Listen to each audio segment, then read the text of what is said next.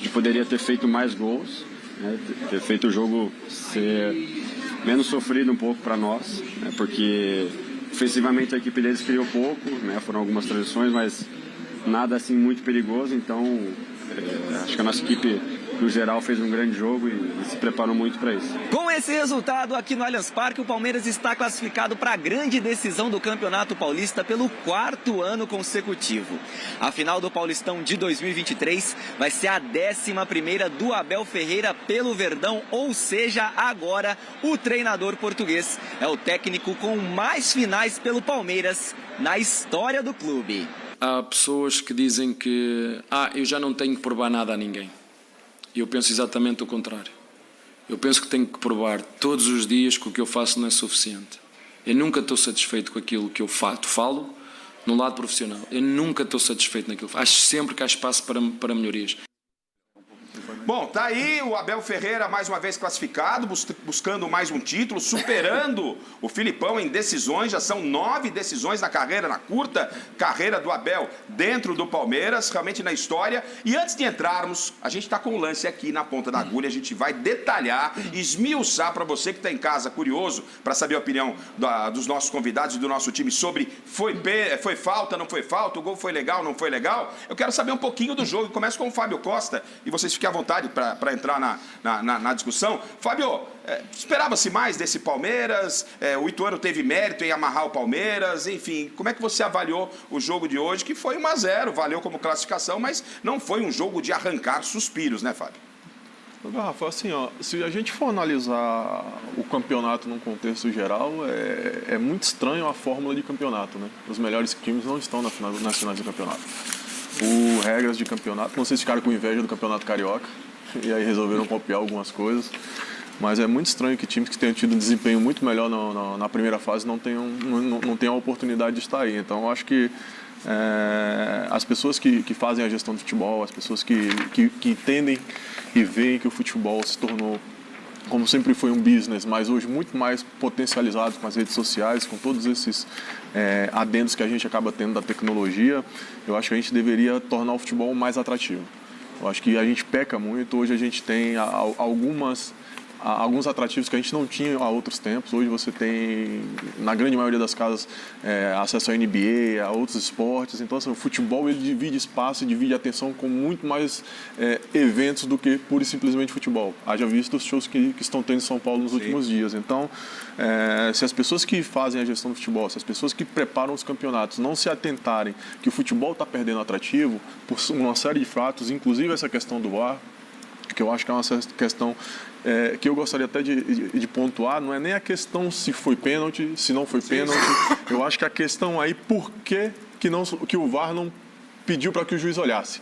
Eu acho que o juiz tinha a obrigação, pelo menos moral, de ir lá olhar, analisar. Se a decisão dele fosse de que realmente não foi nada e que seguiria o lance, tá tudo certo. O grande problema... O lance cabia a indicação do VAR, né? Então, a grande questão... E a gente, atenção, desculpa, Fábio, a gente vai falar especificamente do lance do VAR daqui a pouco. Cabia VAR? Mas a grande questão aí são os critérios que são aplicados. Isso. Então, se fosse o inverso, com certeza iria ser recomendado que ele pelo menos fosse analisar. A questão não é se foi pênalti ou se não foi pênalti. A questão é que o futebol está ficando chato, o futebol está ficando burocrático. Os jovens de hoje querem vídeos curtos. O cara quer ver 7 minutos de resumo da partida. Ele não quer ficar depois dos 45, mas 15 minutos assistindo um jogo prolongado porque o juiz não teve competência de fazer aquilo durante a partida.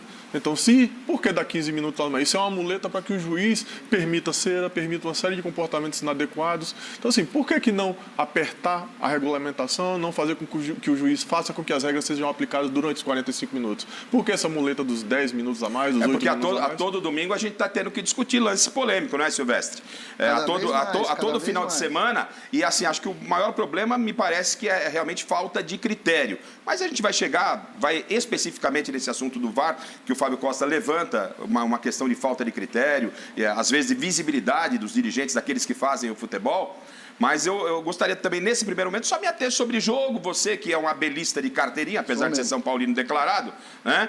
Esse Palmeiras, ele sofreu com o São Bernardo, sofreu com o Ituano, ou as equipes do interior fizeram por onde? O que você avaliou do jogo de hoje? Aonde se esperava? Teve gente cravando. Eu dei 3-0 o Palmeiras, achei que o Palmeiras poderia passar com mais tranquilidade. E era para ter sido 2, 3, 4-0, se não fosse o Jefferson.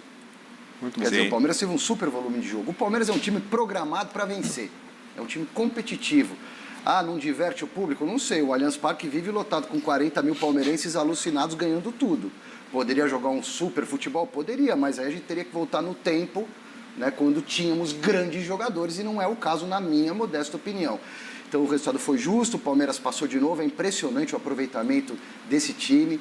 Eu comentei aqui no comecinho do Mesa, né? Quase 100 jogos, só perdeu 7. É um absurdo, é um time programado para matar. E sobre o VAR, que a gente vai falar depois, o lance polêmico, eu discordo do Fábio, porque VAR, para mim, é só para lance claro, de erro grave, e não para lance interpretativo, porque aí você vai ver 1 trilhão de vezes na lente qualquer disputa de bola, você vai achar agressão, soco... Mas não tem sido assim, não tem sido nesse mundo que o senhor acha ideal, né? Ô, Garrafa, só pontuar em relação ao que ele falou, porque assim, e a gente até já conversou sobre isso, na verdade o grande problema é que, e aí a gente volta para a questão da organização dos campeonatos. O VAR foi inserido de qualquer forma. Ele não foi feito uma adaptação, ele não foi feito um treinamento a longo prazo, ele não foi sistematizado para ser inserido. Padronizado, né? Exato. Ele foi feito e colocou. Os juízes que estão aí, vamos fazer um treinamento aí de 2, 3 meses e vamos colocar. Só que assim, o que a gente vê recorrentemente acontecer? O jogo ficar 5, 8, 10 minutos e eles continuarem marcando errado. Então, o objetivo final do VAR, que era não ter injustiça, continua até tendo. Até agora não atingiu, né, Fábio? Eu acho que esse é o grande ponto a ser discutido. Se o VAR foi inserido para que não houvesse injustiça, por que elas continuam acontecendo? Ou nós vemos uma coisa e não temos a leitura correta, e aí o treinamento tem que ser realmente humano, ou realmente retira e deixa do jeito que sempre foi, porque era muito mais engraçado. Criou-se uma nova leva de polêmica com o VAR. É a leva subatômica. Você fica analisando o átomo da falta, do impedimento. Para com isso, né? Larga a mão de puxar o saco dos caras. Foi falta, não foi falta. Não foi falta. Eu vou trazer o lance para vocês, mas eu quero ouvir o Fatioli. Eu quero que a gente fale um pouquinho do jogo, porque de repente o Ituano, que eliminou o Corinthians do Chico Lang, né, chegou, um São Bernardo chegou, e a gente está falando muito de um lance que a gente nem mostrou ainda. Do Marcos Rocha também, que se é pra gente ressuscitar ou recuperar, afinal foi mão na bola, bola na mão. Pô, então vamos partir pro futebol de amputados, que agora qualquer coisa vai ser marcado pênalti. Aí, com todo o respeito, pelo amor de Deus, as pessoas que tenham órgãos amputados. Você não achou o pênalti do Marcos Rocha no outro naquele, jogo, né? Então, juro daqui a por pouco Deus. Vocês vão eliminar o Palmeiras. Não é por nada. Não, já devia estar fora. Já devia estar fora. A pergunta é, quem manda em quem? Eu ainda não cheguei, juro por Deus, e eu já sou burro velho para falar o português, claro, mas não espalha que é chato, na profissão. Então, quem manda em quem? É o VAR, é o pessoal da cabine. Aliás, vou te falar em federação, acho que na outra encarnação vou querer ser árbitro de VAR, tem 10 numa cabine lá e paga bem, hein? Pô, bacana, mas também deixa quieto. Tá vendo hoje números de Borderô, numa publicação do Luiz Carlos Quartarolo? Pô, os números que os clubes têm de pagar para a Federação Borderô de despesas, inclusive do VAR, é um negócio gigantesco. Acho que nem na noite do Oscar se paga ou se gasta tanto com essa questão de bastidores, mas isso é um ponto à parte. A pergunta é, quem manda em quem? É o VAR que fala para o juiz, segue. Ou o juiz que está ali perto do lance, para ele tem autoridade em cima do VAR ou o VAR em cima do juiz? Mas eu já sei qual é mais ou menos o caminho que o Chico... Eu sei mais ou menos o caminho que o Chico vai trilhar, só que, a gente está falando muito de VAR e nem entramos no assunto ainda do lance, e ninguém está falando do Palmeiras, que chega pela 4ª vez consecutiva, que tem o Abel em grande fase. Eu acho que é importante ser abordado nesse momento. Eu vou falar, você quer que eu fale do Palmeiras? Pois não. Vai chorar, o pessoal está falando que você vai chorar aqui, Chico.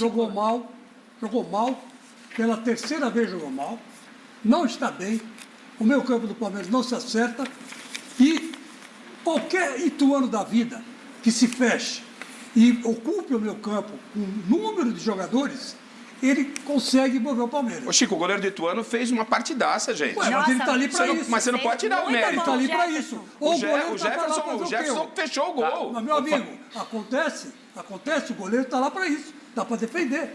Agora você vai tirar o mérito do Ituano porque tem um bom goleiro? Não, tem que dar parabéns. Eu quero dizer que o Palmeiras criou. Não, o Palmeiras foi um time... O Palmeiras criou, mas o Palmeiras não está sendo eficiente como era o ano passado, a temporada passada. Não está sendo eficiente. E está fazendo o torcedor sofrer. Aí eu vou lembrar como Santista, só para botar um molho, como Santista que sou, vou lembrar quando o Santos era treinado pelo Sampaoli, que joga uma maravilha, mas só tomava na tarraqueta para falar o português, claro. Vamos cair naquela, joga bonito e nem sempre ganha, mais perde do que ganha, ou joga de maneira programada, como o Silvestre falou, e o Alberto Helena falou o quê? Ganha sem brilho, né? O professor falou. Sem divertir. Sem divertir. Mas tá chegando, né? Fábio, mas você... é que tá o negócio. Pois não, Chico. Só para completar, claro. Eu não tenho nada contra esse futebol. Eu até gosto. Eu gosto muito de times que se fecham e saem no contra-ataque.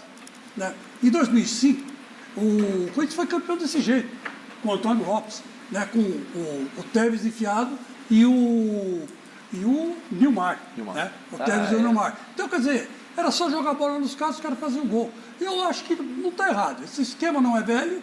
Aliás, ele não é novo, ele é velho. O Antônio Lopes usou em 2005. Todos os retranqueiros, entre aspas, do Brasil usaram esse esquema tático há anos atrás. E o Abel está servindo disso. Montou um time que joga e ganha, geralmente na bola parada ou no contra-ataque. É isso, o Palmeiras é isso.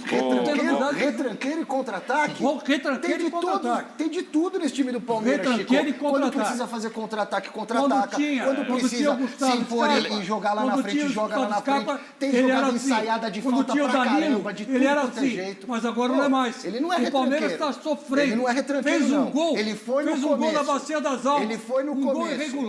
Um gol irregular. Ele foi no começo só da passagem aqui. Vão 40 mil torcedores, é lógico. Ali é que nem o Palmeiras está no automático, teatro cara. romano, O Palmeiras joga tranquilo. Os caras iam lá para ver automático. sangue. Eles vão lá para ver o Palmeiras ganhar. Agora jogou bem? Não. Eu quero saber do Fábio Costa, porque a gente hoje estamos desfalcados do Miller, né, que é o cara que esteve lá dentro.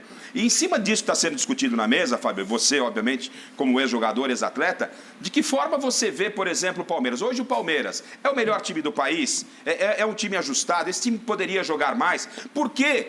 Ituano...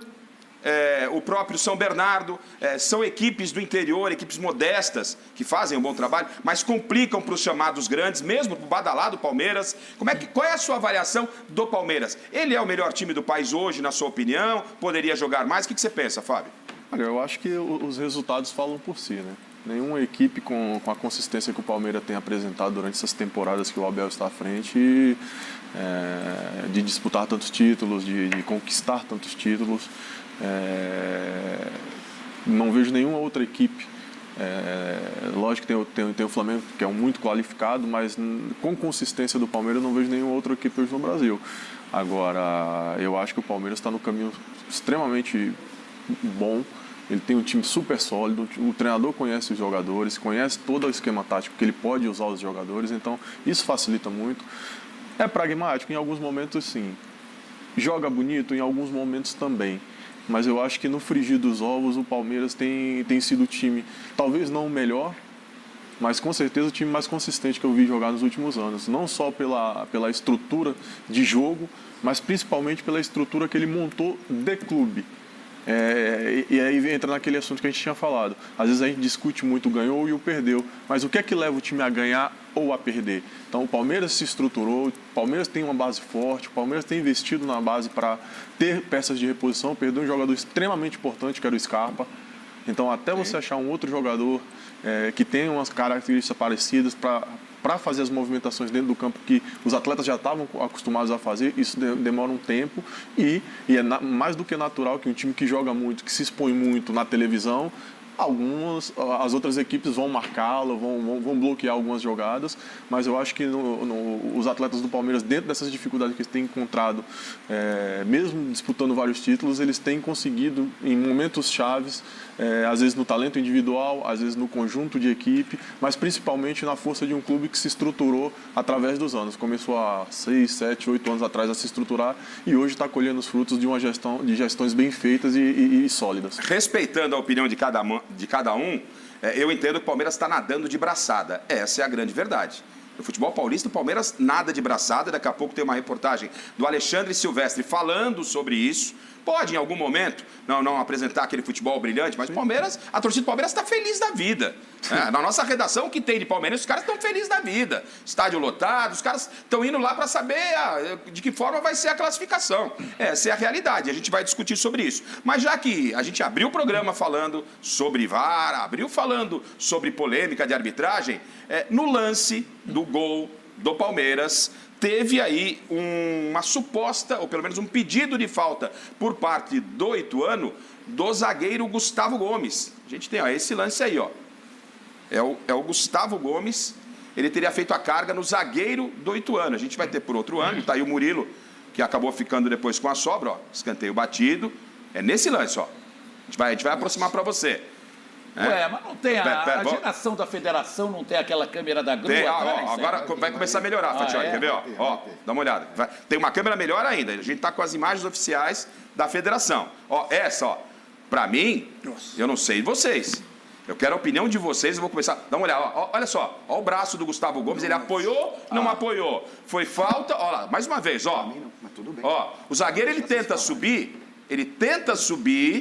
O Gustavo Gomes, o impulso dele veio do salto. Salto? Mas ele segura com o braço o rapaz do Ituano subir. Mas ele não impulsiona nas costas do cara. Mas como o zagueiro do Ituano ia subir? Como é que ele ia subir? Ele sobe que nem um João Bobo, assim, com os braços pra baixo. Ele está num sanduíche de dois jogadores, ele sobe e o braço está por trás do cara. Mas ele sobe meio metro acima dos dois zagueiros. O braço do Gustavo Gomes me parece que impede que o zagueiro E o zagueiro ainda se joga para trás. Pode ver, o zagueiro se joga com os braços abertos para trás. Aí como é que fica o sanduíche do Gustavo Gomes? Como é que ele participa da jogada? Aqui, ó, o que aconteceu aí foi o seguinte: ele impediu o jogador de chegar na bola. O zagueiro tem o braço esquerdo, né? Isso, com o braço esquerdo. Ele impede o jogador do Ituano de chegar na bola. Ia chegar? Não ia chegar? Os dois zagueiros nem subiram. O de trás, o do suposto sanduíche, o de trás também, aquele piquitito lá, acho que não interfere nada. Aquele lá esquece. Agora, se o zagueiro do Ituano, como o Silvestre está falando aí, lógico, pra gente ver 740 vezes, amanhã vê outra vez. O zagueiro fez pênalti no Gustavo Gomes porque ele se jogou para trás com os braços abertos. O lance Por isso que não é lance para VAR, é lance interpretativo, gente. Não, o VAR poderia sim, eu quero ouvir a opinião do Fábio Costa, quero o mestre Alberto Helena Júnior. Para mim, eu vou até antecipar aqui, a minha opinião também, para mim foi falta. O VAR deveria ter chamado o árbitro para ver. É lance de gol. Então, é lance de gol. Quer ver? Tem aquela Ele deixou a decisão de campo. Tá, agora tem aquela situação que eu vou pedir também o auxílio a vocês agora. Na sequência, que eu agora não vou me lembrar, juro que não mesmo. Os jogadores do Ituano todos foram reclamar, mas daquele jeito veemente mesmo ou não? Não. Isso daí vocês não entendem que também seja um termômetro, né? Acho. Quando a boleirada que de repente foi prejudicada. Os caras estavam inibidos. O zagueiro se joga em cima. Silvestre, me parece que você está brigando com a imagem, mas eu quero ouvir o Chico. Com a imagem. Eu quero ouvir o Chico. Não, mas que ele defende a interpretação, que foi eu não estou dizendo que é um interpretativa. absurdo dar uma falta. Eu estou achando errado chamar o VAR para um lance interpretativo, que se você ficar vendo 1 trilhão de vezes... Não, mas como o lance interpretativo? É um lance que originou e decidiu o jogo, Silvestre. O cara subiu com o zagueiro se jogando em cima dele, com o outro por trás. Onde que vai o braço? O de trás, o piquitito não interfere em nada. Na interpretação. Que está errado. A sua, Chico. A sua, Chico. A minha, Ele fez falta, ele foi subir, ele não tinha mais apoio para cabecear e se apoiou no jogador. Pô, essa é sensacional, olha lá. Essa apoiou no jogador do Ituano, olha aí. Não tinha jeito ele pediu o jogador. Olha lá, ele fez soltar. uma espécie de uma alavanca. Ele fez uma alavanca. Sim, só que o zagueiro não tem uma ação que se joga para trás, ele se joga para trás, e aí o Gustavo Gustavo Gomes já está subindo e empurra o cara também, pô. Não se joga para trás. Você já falou. Escuta, meu. Estou escutando, ele não se joga para trás. Estou reforçando ele não se joga. Você perguntou, se joga para trás? Estou falando não. Não se joga para trás. Então, agora se é verdade quem está brigando com a imagem é você. O braço esquerdo puxa o jogador se estatela no chão. Não, que ele pula livre, tudo bem, como você falou, correto. Ele saiu do chão com a impulsão dele. Mas o outro não saiu do chão na proporção que poderia sair, porque ele segura o rapaz. E outra, na minha opinião, lógico, por isso que a gente está aqui batendo esse papo. Se o lance é interpretativo, Aí que essa jossa dessa pontinha, os VAR tem que entrar, porra. Poxa. Fábio Costa. Falei tanto no final. Fábio Costa. Aí é que o VAR tem que entrar, porra. Que esteve lá dentro, que conhece do riscado. Aquela pequena área o Fábio Costa conhece como ninguém. Fábio Costa, você viu falta no lance? O VAR deveria ter sugestionado para o ar pelo menos olhar o lance ou não? O que você pensa? Olha só, por isso, vem de encontro àquilo que a gente estava falando, né? A gente às vezes olha a causa, mas você só vê a consequência, você não vê a causa. Se você olhar o movimento do jogador do Ituano, ele corre com as pernas paralelas para trás. Entendi. Por isso que ele não tem força para subir. Obrigado. Se ele corre, qual o posicionamento normal do atleta quando a bola vem para lá? É de lado. Entendi. Os zagueiros treinam de lado. Então você vê que ele corre com o corpo paralelo para trás. Ele se jogou, no caso, ele não fez movimento de subir. Ele não fez o movimento de subir. Mas ele conseguiria subir? Não. Caminhando paralelamente, com as pernas paralelas para trás. E se ele tentasse subir, ele conseguiria com aquela mão? Mas com a mão do... Mas como ele não tentou, não foi falta do seu ponto de vista. Gustavo Gomes, cara. Eu acho assim, por isso que eu estou te falando. Se você olhar, você vê que ele está vindo com as pernas paralelas. Ele não está fazendo um movimento de subida, ele está fazendo um movimento de acompanhamento da bola. Porque ele não vê quem está nas costas dele. O Chico, o Fábio, ele mostra um detalhe curioso. Quer ver naquela câmera ali por baixo, a gente vai ver? Ele está com as pernas paralelas. O zagueiro do Ituano, ele não está na movimentação de subir, ele está vindo para trás. Acompanhando a bola. Vamos ver se a gente consegue convencer o Chico, até eu aqui, que achei que... Então daqui a pouco vocês vão falar que foi pênalti do zagueiro do Gustavo Gomes. Então, você pode, se você ficar olhando a imagem, você pode chegar. Só um minuto, Silvestre, só um minuto. Eu acho que foi falta, Tá. o juiz não deu. Enfim, Filipe ele tem que dar essa falta. Entendi. Houve um choque e o Gomes, o cara pode ter corrido errado, o cara pode ter feito o que fosse, que nem disse o Fábio Costa, disse com razão. Mas a questão que a falta ele está puxando, ele já está agarrando, ele já está com a mão em cima do zagueiro, antes da bola chegar. Vou colocar mais um molho. Colocar mais um molho.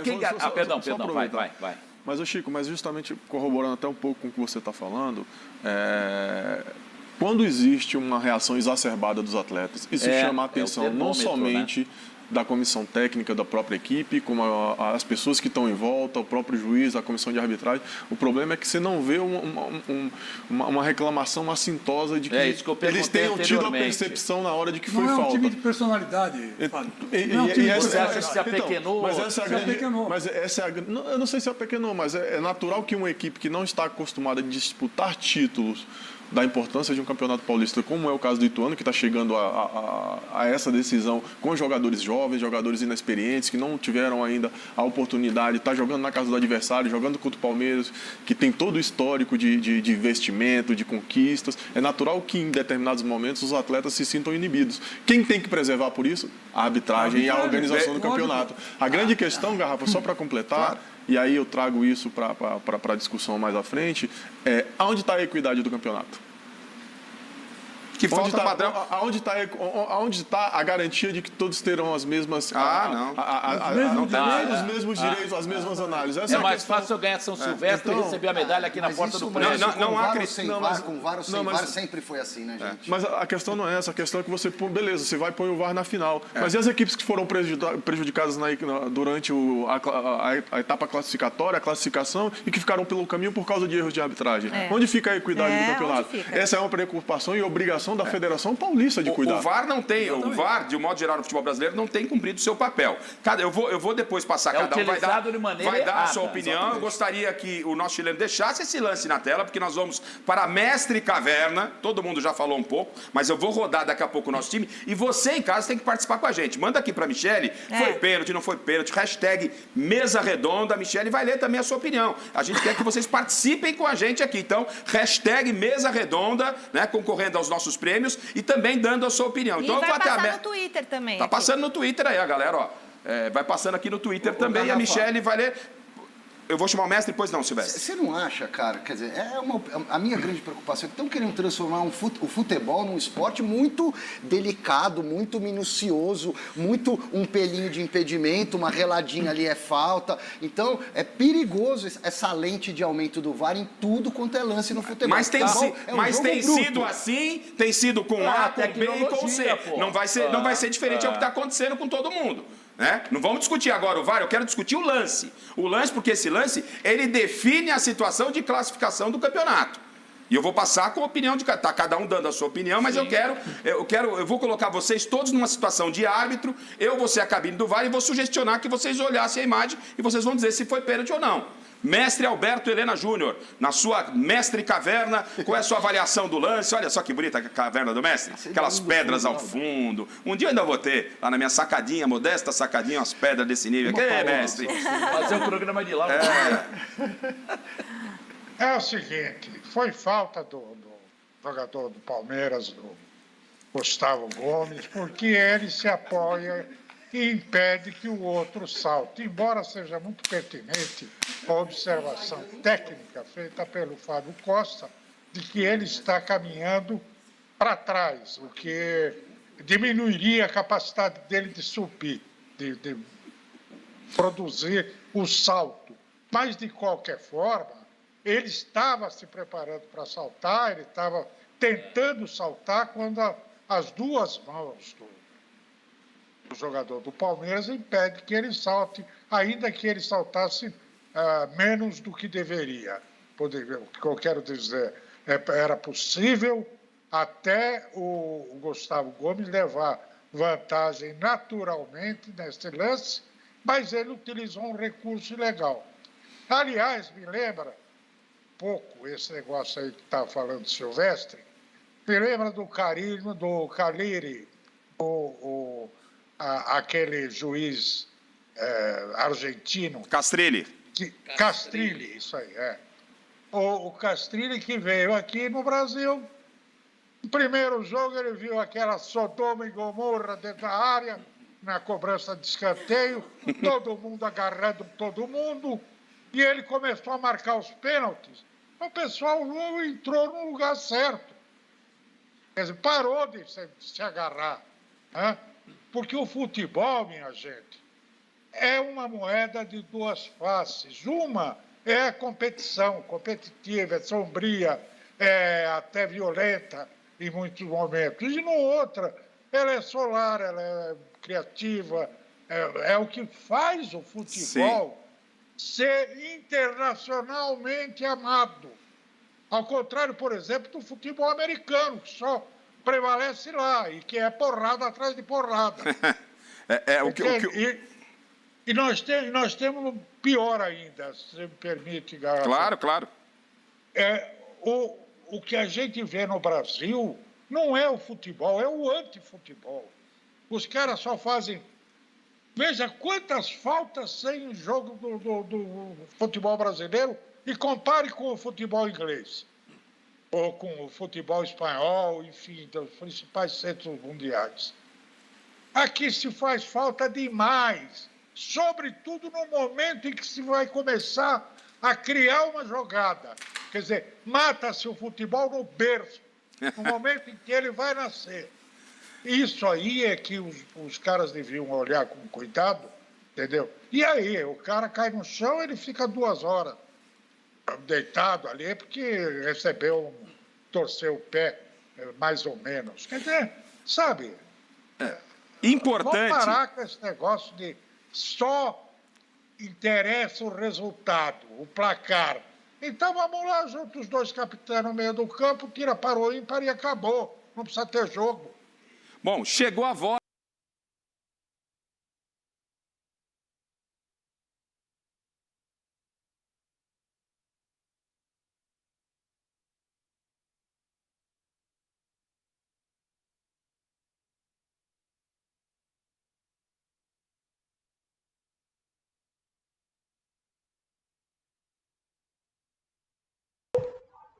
Verdão na final.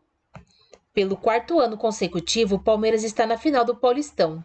Na tarde deste domingo, o Verdão recebeu o Ituano no Allianz Parque no jogo único da semifinal e venceu por 1-0. Ao gozo do Corinthians nas quartas de final, o Ituano teve como maior destaque no jogo o goleiro Jefferson Paulino, que acumulou defesas e impediu um placar mais elástico. O gol do jogo saiu apenas no segundo tempo, com o zagueiro Murilo. Rafael Veiga cobrou uma falta. Gustavo Gomes exigiu uma defesa parcial e, na sequência, Murilo marcou. O ituano reclamou de falta do paraguaio em Lucas Siqueira, mas o VAR confirmou o gol. Agora classificado para as finais, que serão disputadas nos dias 2 e 9 de abril, o Palmeiras vai conhecer o seu adversário na segunda-feira. O rival sai do duelo entre Água Santa e Red Bull Bragantino, que se enfrentam às 21 horas na Vila Belmiro. Independentemente do vencedor, teremos uma final inédita no estadual. Por conta da data FIFA, serão 2 semanas de pausa na competição até a primeira decisão.